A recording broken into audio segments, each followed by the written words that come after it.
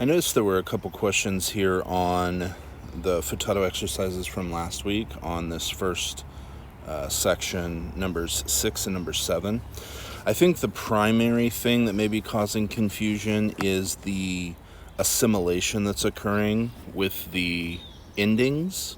So number 6 here, well, actually, let me screen capture that so I can write on it.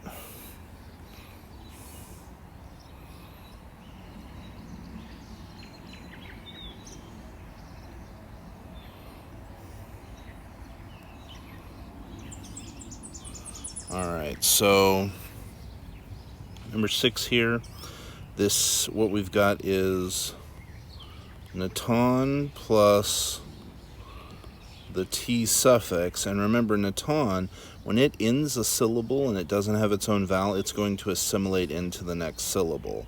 So the T suffix usually has a weak dagesh because it's not preceded by a vowel when it gets added onto the end of the word. But when the noon assimilates, this actually becomes a strong dagesh. And so the noon of naton is actually inside that dagesh of the T suffix here. And so what we've got is a cal perfect. We know it's cal perfect because we've got a suffix without a prefix, so it's not imperfect. And then this T suffix designates first common singular. And like I said, our root is naton. The same thing happens here with karat. It's just a different letter. So we've got kaf, resh, tav, plus our tem suffix.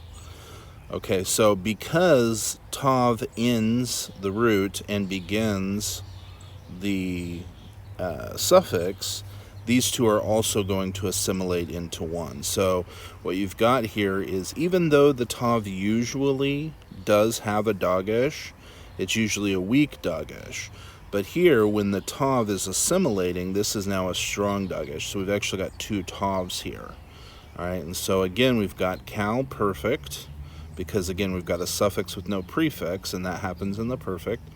And then the tem suffix indicates second person masculine plural of, once again, karat. All right, hopefully that makes sense, explains what's going on here. If you have any other questions, let me know.